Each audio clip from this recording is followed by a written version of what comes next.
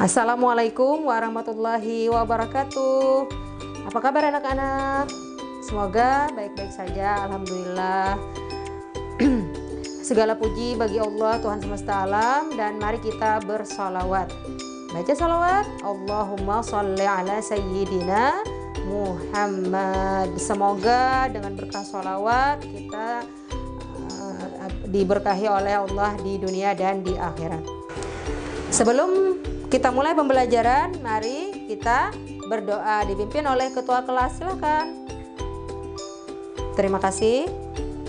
Baik anak-anak, coba lihat tujuan pembelajaran kita hari ini, yaitu tujuan pembelajaran periode Rasulullah pada kurikulum Merdeka. Yang pertama itu adalah menganalisis substansi dan strategi dakwah Rasulullah SAW periode Madinah untuk menumbuhkan sikap toleran dan tolong menolong dalam kehidupan beragama. Capaian yang pembelajaran yang ingin kita dapat adalah kalian mampu menganalisis kebudayaan masyarakat Mekah dan Madinah sebelum Islam, terutama pada periode Madinah. Elemennya itu adalah periode pada Rasulullah. Kalian berada pada fase E, yaitu di kelas 10 semester 1, dan materinya adalah perkembangan Islam periode Madinah. Baik, lihat gambar di depan. Nah, itu ada buku yang akan kita pakai pada semester ini, dan kemudian di situ ada peta konsep yang akan mengarahkan kalian pada materi. Oh ya, sebenarnya Ibu mau tanya, sebelum Islam periode Madinah, periode apa? Oh iya, bagus, periode Mekah. Nah, apa bedanya Mekah dan Madinah? Apakah mereka satu kota yang sama? Oh tidak, beda. Nah, ya. Kalau Mekah, dia dakwah Rasulullah tentang, iya benar, tauhid. Nah, kalau Madinah, nah ini sudah berkembang pada ibadah dan muamalah. Baik, sebelum kita masuk ke dalam materi Islam periode Madinah, kita akan lihat bagaimana kondisi masyarakat Madinah, baik itu geografisnya ataupun sosialnya. Bisa kalian lihat gambar? Ya, ada apa? Oh iya, ada gambar patung. Terus, ada gambar gajah, ada gambar pasar, ya. Tapi yang lebih dominan gambar kurma. Nah, jadi pasti kenal dengan kurma. Iya, baik. Nah, ada beberapa materi inti di Islam periode Madinah ini. Nah, kan kita sudah kemarin itu bercerita tentang hijrahnya Rasulullah dari Mekah ke kota Madinah. Asalnya Madinah itu namanya Yastrib. Nah, apa bedanya tadi Madinah dengan Mekah? Oh iya, di Madinah itu ada yang namanya lembah subur. Nah, itu tempat orang-orang Madinah bercocok tanam. Nah, jadi beda dengan Mekah yang notabene itu padang pasir. Tapi kalau di Madinah itu ada wadi namanya, ya, tempat air, semacam danau. Nah, lalu apa lagi yang ada di Madinah? Nah, selain lembah itu, nah itu ada apa? Ada suku yang selalu bertengkar. Apa yang diperebutkan? Memperebutkan kurma. Nah, memperebutkan apa? Nah, biasanya kalau bertengkar itu tidak jauh-jauh, pasti alasannya adalah ekonomi. Jadi mereka bertengkar itu memperebutkan lahan tanah. Lalu terjadilah peperangan antar suku dan kemudian diadu domba oleh orang-orang Yahudi. Nah, lalu sebelum Rasulullah datang ke Madinah, mereka terus berperang tanpa akhir. Tapi setelah Rasulullah datang, mereka damai. Nah, coba lihat anak-anak, apa yang kalian saksikan di gambar itu? Nah, judulnya dibaca Pasar Madinah, Saksi Sejarah Pembangunan Ekonomi Islam. Nah, itu ilustrasi pasar dari masa ke masa. bisa. Yang jelas intinya mereka berjualan apa ya? Oh iya, berjualan kurma. Ada berapa jenis kurma? Macam-macam. Nanti kita lihat pada slide berikutnya. Nah, kurma itu adalah komoditi ekspor utama dari Madinah. Kenapa kurma Madinah lebih unggul daripada kurma Mekah? Itu karena kurma Madinah itu lebih kenyal dan sehat dan bervariasi. Di Madinah juga tumbuh yang namanya kurma ajwa. Kurma ajwa itu diceritakan oleh ulama itu berasal bibitnya dari surga. Nah, jadi jemaah haji rata-rata itu pasti oleh-olehnya adalah kurma. Nah, selain sehat juga mengambil barokah. Ayo, ini ada mengambil ibrah dan keteladanan makanan favorit Rasulullah SAW, yaitu si kurma. Tolong bacakan ayatnya, ayat surah Al-Quran di dalam surah Asy-Syu'ara ayat 148. Baik, artinya? Oh ya, nah itu bisa kita saksikan. Nah, di dalam surah Asy-Syu'ara Allah berkisah tentang pohon kurma yang mayangnya lembut. Nah, itu banyak kan pohon kurma di situ bertandan-tandan, berbagai macam variasi dan berbagai macam manfaat. Nah, ini ada beberapa hadis kurma yang barokah. Ya, silakan bacakan. Oh iya, hadis dari riwayat Abu Daud bahwa apabila seorang di antara kalian berbuka puasa, maka berbukalah dengan kurma. Terus ada lagi? Nah, itu kata Sayyidatina Aisyah bahwa orang yang tidak diberkahi adalah yang di rumahnya tidak ada kurma. Kemudian ada juga tentang kisah kurma ajwa yang berasal dari surga. Nah, ini kita akan mengeksplor kurma yang barokah. Kurma jenis apapun dan bagaimanapun, itu semuanya mengandung manfaat masing-masing. Jadi tidak ada kurma yang jelek, tidak ada kurma yang tidak bagus, semuanya bagus, manfaatnya banyak.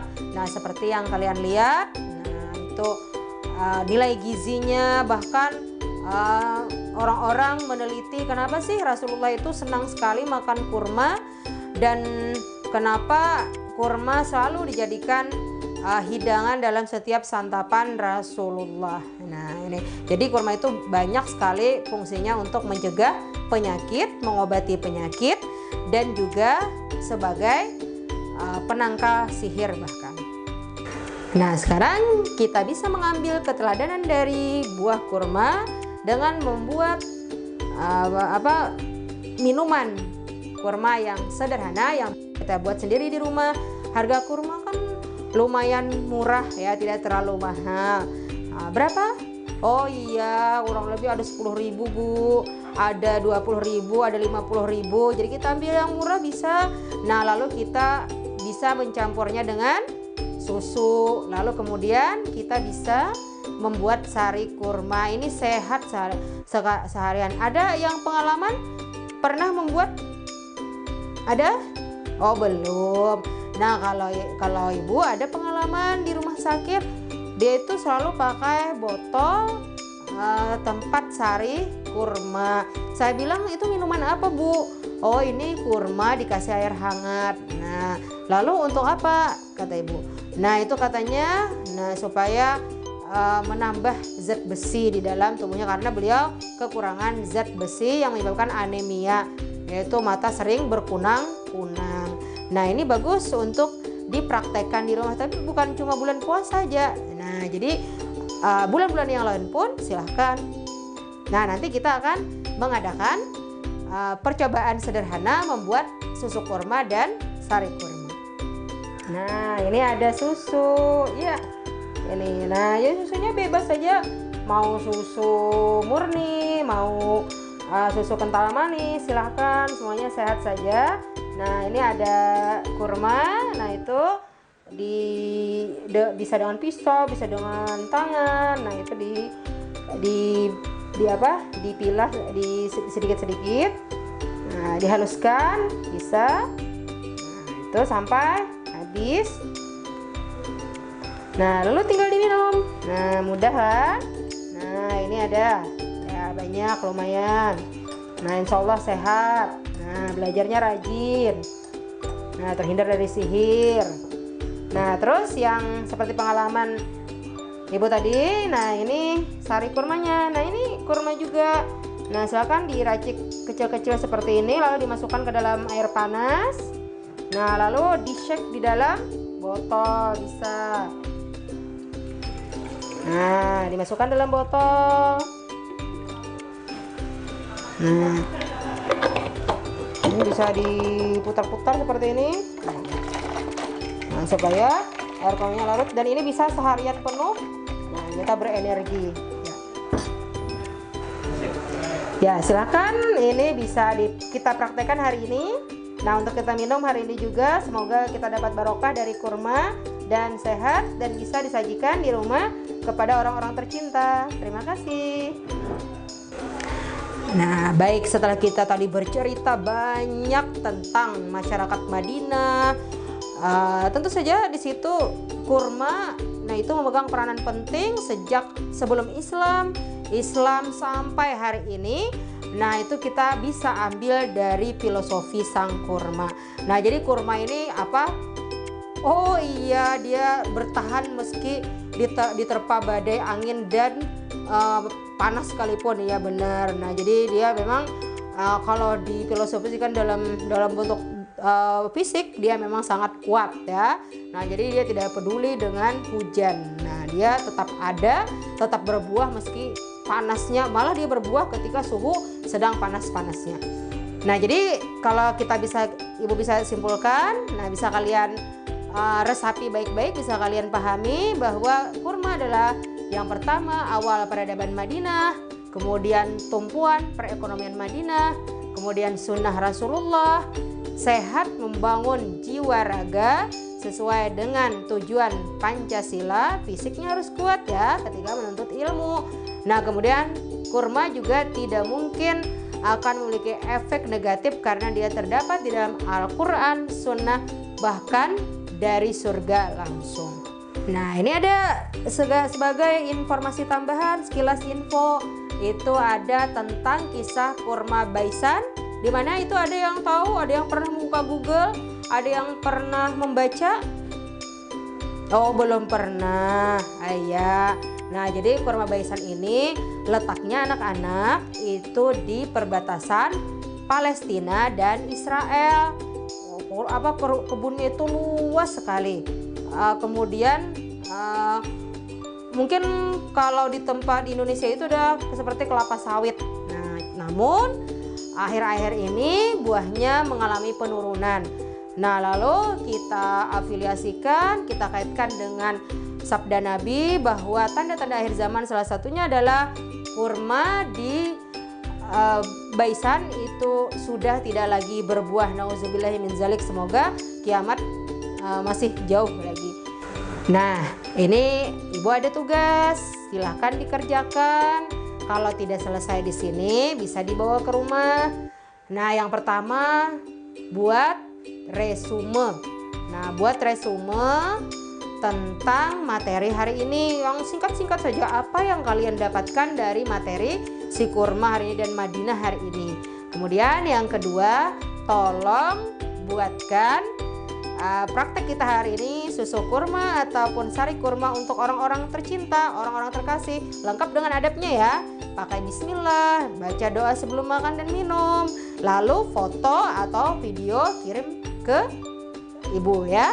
Nah, dalam bentuk bisa link ataupun file. Nah, lalu kemudian selanjutnya belajar mandiri. Materi berikutnya apa? Materi berikutnya oh iya, masih Islam periode Madinah sampai Khulafaur Rasyidin. Ada pertanyaan? Oh, mengerti sudah tugasnya? Oh iya ya. Ya baiklah, tadi kita sudah belajar tentang materi periode Madinah sampai si kurma. Untuk mengakhiri pembelajaran, marilah kita sama-sama berdoa. Silakan. Terima kasih. Wassalamualaikum warahmatullahi wabarakatuh.